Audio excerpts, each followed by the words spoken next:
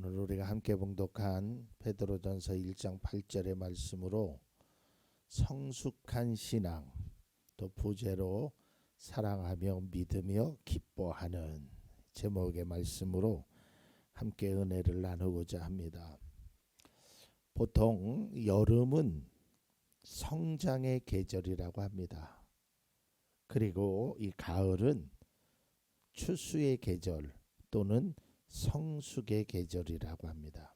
그러니까 여름철에, 뜨거운 여름철에는요, 벼들이요 아주 빳빳합니다. 그리고 색깔도요 파릇파릇해요. 근데 제가 어제 들녘에 가보니까 벼들이 다 노릿노릿하고 또 고개를 숙이고 뭐 이제는 그 성장에서 이제 성숙의 단계로 넘어가고 있습니다. 이 성숙하다라는 말의 뜻은 어른스럽다.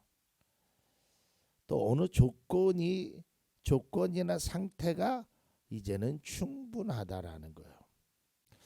그리고 제 나름대로 이 성숙이라는 단어를 그 한 번 더 생각해 보면 자기를 책임질 수 있어야 된다. 요즘 우리나라에도 문제가 되는 그 촉법 소년이라는 것이 있죠. 예를 들어서 어린 아이가 뭐 실수가 됐던 고의가 되었던 잘못한 일을 심지어는요 저 옥상에서 이 벽돌을 떨어뜨려 가지고 장난삼아 지나가는 사람이 맞아 가지고 큰 상처를 당해도 그 아이는 처벌받지 않습니다. 왜냐하면 아직 성숙의 단계가 아니기 때문에. 그래서 그런 아이들을 보통 미성년자 또는 어린아이라고 얘기합니다. 그러나 똑같은 일을 나이가 든 사람이 행하면 그 사람은 처벌을 받죠. 왜냐하면 우리들은 성인이니까. 오늘 저는 이 본문의 말씀으로 성숙한 신앙, 과연 그것이 어떤 것일까? 베드로전서 1장 8절에 있는 말씀으로 우리가 한번 은혜를 나누고자 합니다. 베드로전서는 예수님의 제자였던 베드로가 쓴 편지입니다. 근데 이 편지를 언제 썼냐면 예수님이 돌아가신 후에 AD 64년, 그러니까 예수님이 돌아가시고 난 한 30여 년 후에 이 편지를 사랑하는 성도들에게 씁니다. 근데 이 당시가 어떤 상황이었냐면요, 기독교가 역사상으로 가장 박해를 심하게 받을 때입니다. 네로 황제라는 사람이요, 예수를 믿는다는 이유로 박해를 하는데 어느 정도 박해를 하냐면 그냥 살아있는 사람을 산채로 불에 태웁니다. 그리고 막 껍질을 벗겨냅니다. 살갗을. 죽은 사람이 아니라 살아있는 사람을. 그로 인하여 그리스도인들이 심각한 박해와 고통을 받을 수밖에 없는 그러한 상황에서 베드로가 그 성도들에게 편지를 쓴 겁니다. 이 편지를 통해서 성도들을 위로하고 반드시 우리는 믿음의 승리를 가져갈 것이라고 격려하고 있습니다.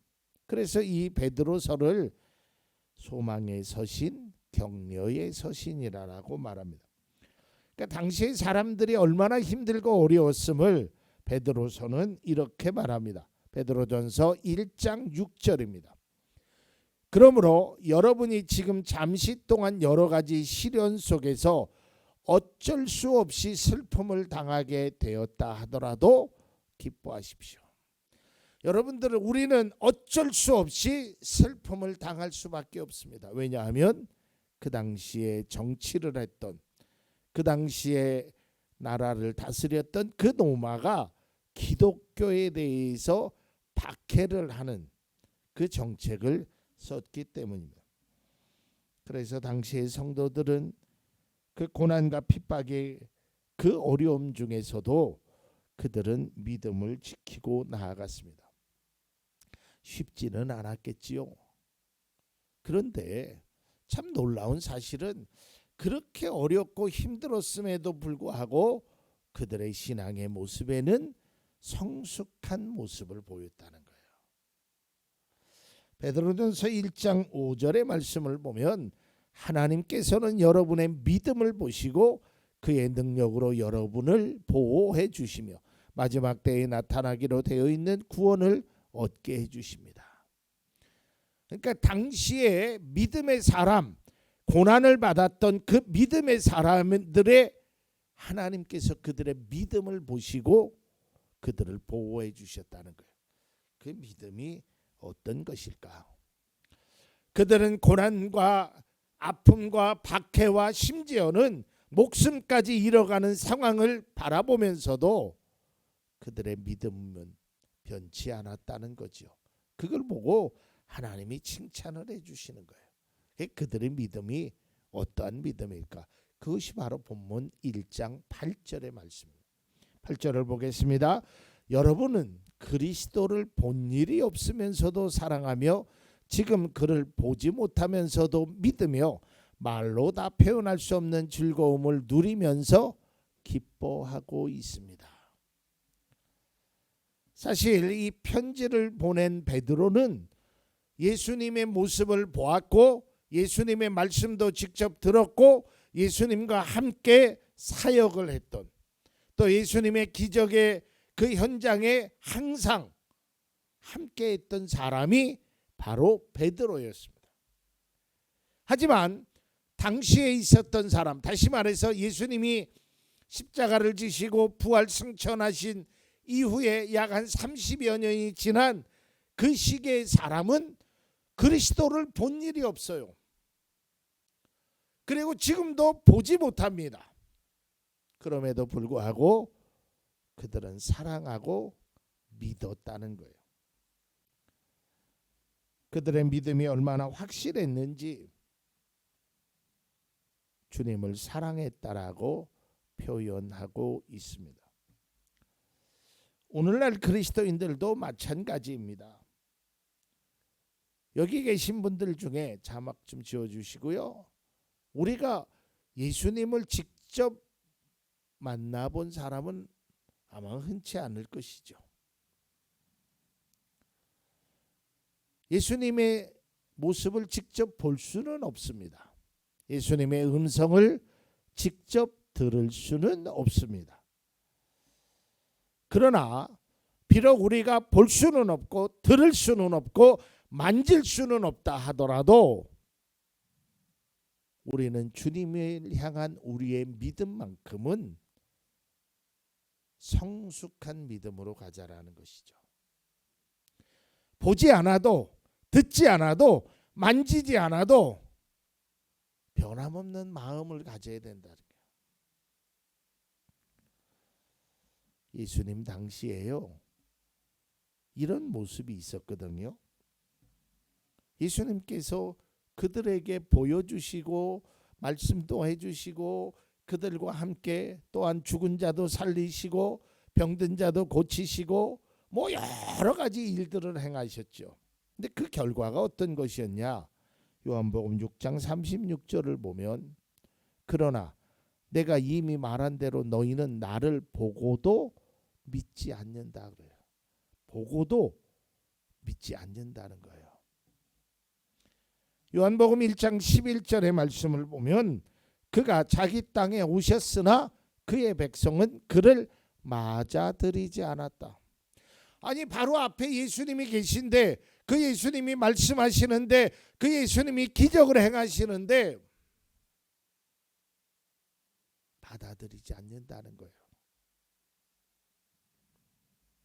그런데 보지도 않았는데 볼 수도 없는데 본 적도 없는데 들어본 적도 없는데 그 주님을 사랑한다라는 거예요. 이게 얼마나 귀한 믿음입니까? 보지 않아도 느낄 수 있는 게 있어야 돼요. 듣지 않아도 가슴으로 느껴지는 게 있어야 돼요. 예수님께서 부활하신 후에 제자들에게 나타나셨지요. 그런데 그때 도마라는 제자는 없었어요. 그러니까 제자들이 와서 이야기합니다. 야, 우리가 부활하신 예수님을 봤어. 진짜 예수님이 말씀하신 대로 부활하셨어. 그러니까 도마가 나는 너희들의 말을 믿을 수 없다라고 얘기하지요. 이때 예수님이 다시 나타나십니다. 그리고 도마에게 손가락을 이리 내밀어라. 그러면서 이 예수님의 못자국 난 손도 창에 찔린 옆구리도 만져보게 하죠. 그제서야 도마가 믿게 됩니다. 이때 예수님이 하신 말씀 우리가 잘 알지요. 요한복음 20장 26절입니다. 예수께서 도마에게 말씀하셨다. 너는 나를 보았기 때문에 믿느냐? 나를 보지 않고도 믿는 사람은 복이 있다. 오늘날 그리스도인들은 예수님의 제자들처럼 또 도마처럼 뭐 예수님이 부활하신 몸을 만져보거나 그 모습을 본 적이 없습니다. 저 또한 본 적이 없습니다. 근데 여러분 잘 생각해 보세요. 우리가 봐야지 꼭 믿는 것은 아닙니다. 보지 않아도 믿어져요. 믿어진다니까. 그러니까 내 마음이 어떠하냐에 따라서 달라지는 거예요. 그게 꼭 봐야지 믿어지는 게 아니에요. 모든 사람이 다 마찬가지입니다. 어머니의 뱃속에서 내가 낳죠. 그렇죠. 그러니까 나를 낳아주신 분이 엄마예요. 그렇죠. 근데 실상은 그 뱃속에서 나왔음에도 불구하고 자기가 그 뱃속에서 나왔다는 그 사실을 체험은 했을 줄 몰라도 기억에는 남지 않습니다. 몰라요. 그 어린아이가 엄마 뱃속에서 딱 나오면서 딱 쳐다보면서 아, 저분이 나의 엄마구나 이렇게 인식하지 못한단 말이에요. 그런데 시간이 지나면 지날수록 아, 저분이 나의 엄마라는 것이 가르쳐주지 않아도 느껴진단 말이에요. 우리가 예수님을 믿는 그 믿음도 마찬가지예요. 아, 예수님은 이런 모습이다. 예수님은 십자가에서 이랬다. 뭐 그분은 어떤 말씀을 하셨다. 이걸 내가 직접적으로 체험하지는 못했지만 그 예수님의 사랑이 가슴으로 느껴지는 거예요. 그렇다고 해서 보지 못하고 믿는다고 해서 그냥 모든 것들이 무조건 믿으라는 것이 아니에요. 제가 누누이 말씀드렸지만 믿어져야 그게 진짜 믿음이라는 거예요. 믿어져야 한다니까요. 아, 보면 믿을 것 같다? 그렇지 않아요. 보고도 믿지 않아요. 우리의 삶이 보는 것만 믿는 것이 아니에요. 보지 않은 것도 믿을 수 있고 보는 것도 믿지 못할 수가 있어요. 그러니까 우리가 뭐 꼭 봐야 된다, 꼭 들어야 된다, 내가 꼭 체험해야 된다 아니에요. 그렇지 않고도 얼마든지 느낄 수 있어요. 물론 볼 수 있다면, 보았다면, 들었다면 더 좋겠지요. 그러나 보지 못했잖아요. 들을 수 없었잖아요. 예수님의 말씀, 직접적으로 하신 말씀을 들을 수는 없었지만, 볼 수는 없었지만 당시에 베드로가 쓴 그 편지의 그 내용을 보면 그들은 볼 수 없었고 뵌 적도 없는 그 주님을 사랑했다라고 그래요. 그리고 믿었다는 거예요. 뿐만 아니라 그 어려운 극한 상황 속에서 산채로 불에 들어가는 그러한 위기 앞에서도 그들은 기뻐하며 즐거워했다라는 것입니다. 비록 오늘날 그리스도인들이 여기 계신 모든 분들이 우리 장로님을 포함해서 한수 집사님, 권사님들이 주님을 뵌 적은 아마도 없었을 것입니다. 혹시 꿈속에서 뵌 분은 계실지 몰라도 실제적으로 본 사람은 아무도 없습니다. 하지만 우리는 그 주님의 직접적인 음성을 듣지 못했지만 그 주님께서 하나님의 감동을 통해서 주신 그 말씀은 우리가 갖고 있단 말이에요. 그리고 우리와 함께 하시는 그 성령님을 통해 우리는 신앙생활을 하고 있고 만날 수 있다라는 믿음의 확신이 우리 가운데 있어야 되는 거예요. 예전에 한번 불러봤던 복음성가 가사 중에 참 제가 좋아하는 가사가 있습니다. 그 가사가 이런 내용으로 담겨져 있습니다. 자막을 한번 띄워주시면, 주 얼굴 한 번 배운 적 없으나 그 눈빛 내게 깃들고, 주 손 한 번 나 잡은 적 없으나 그 체온 나는 느끼네. 나의 생명, 나의 참 소망은 오직 예수뿐일세. 한 번도 뵌 적이 없지만 그 눈빛이 내 마음에 깃든다는 거예요. 손 한 번 잡아본 적 없지만 그 체온을 나는 느낄 수 있다는 거예요. 뭘로요? 믿음으로. 그것이 바로 성숙한 믿음인 것입니다. 오늘 본문에서 베드로는 당시 성도들에게 격려와 위로의 말씀을 하면서도 그들의 믿음을 칭찬합니다. 그리스도인이라는 이유만으로 로마의 핍박이 있었던 그것도 극도로 심한 상황 속에서도 주님을 만나지 못했던 사람들이 믿음을 지켜가는 모습을 보면서 아마 베드로는 나보다 낫다,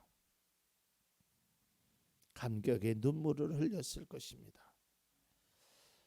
왜냐하면 자기 자신은 예수님을 만났고 3년 동안 함께 했지만 예수님을 3번씩이나 부인하는 그런 모습의 신앙을 보이지 않았습니까? 그런데 이 사람은 본 적도 없고, 이 사람들은 예수님의 말씀을 들은 적도 없고, 만나서 손 한번 잡아본 적 없는 이 사람들이 신앙을 지켜가는 모습을 바라보니까 정말 감사하고 마음의 감격이 누려졌던 거예요. 이 성숙한 신앙이에요. 우리가요, 가끔 자녀들의 모습을 보면 때로는 부모의 입장에서 감격스러울 때가 있어요. 그때 부모들이 하는 말이 있습니다. 다 컸구나. 내 아들이, 내 딸이 많이 컸구나. 지금 베드로가 믿음의 성도들의 모습을 바라보면서 어쩜 저럴 수가 있을까? 많이 컸구나. 많이 달라졌구나. 오히려 나보다 낫구나. 무엇 때문에요? 그들의 성숙한 신앙 때문에요. 이제 말씀을 맺고자 합니다. 어느덧 교회 앞에 감나무가 있는데요, 이제 파랬던 감나무가 이제 거의 익어갔습니다. 그런데 제가 그 토요일 날 와서 그 모습을 바라보면서 이제 말씀을 마무리하면서 그런 생각이 들었어요. 우리가 보기에는요, 그냥 시간이 지나면 감나무가 열리고 또 그 감나무가 자라고 또 그 다음에 그 감나무가 익어가는구나, 이렇게 생각할 수 있어요. 왜? 우리는 아무것도 한 일이 없기 때문에요. 그런데 자세히는 모르겠지만 이 감나무가 그 열리는 순간서부터 마지막 성숙한 단계까지 가는 이것 감으로서의 그 절정에 이르기까지는 감나무도 나름대로의 노력이 있었을 거라는 생각을 가져보았어요. 그냥 되는 게 없어요. 저 밑에 뿌리에서 영양분을 받아다가 그 나무가 이파리에게 영양분을 쭉쭉 나눠줬을 때, 그리고 하늘에서 비도 맞고 또 햇빛도 쬐을 때 그 감나무가 익듯이 우리의 신앙도 마찬가지예요. 시간이 지나서 저절로 절대 그렇지 않습니다. 성숙한 신앙 절대 그냥 되지 않습니다. 우리의 믿음, 우리의 기도, 우리의 헌신, 주를 향한 그 마음에 농축돼야 그것이 진정한 성숙한 신앙으로 나아갈 수 있다는 것입니다. 비록 우리는 주님을 만나지 못했고 만날 수는 없다고 하여도 주님을 사랑하고 믿음으로 굳건하게 나아갈 때 비록 힘들고 어려운 상황에도 주님이 주신 기쁨과 즐거움으로 신앙생활을 함으로 우리는 성숙한 신앙인으로 나아갈 수 있기를 바랍니다. 주님은 우리들에게 이러한 모습을 기대하고 있습니다. 여러분, 농부가 씨를 뿌리고 또 과수원에 나무를 심을 때 그 나무에게 기대하는 것이 있습니다. 그 벼에게, 그 뿌린 씨에게 기대하는 것이 있습니다.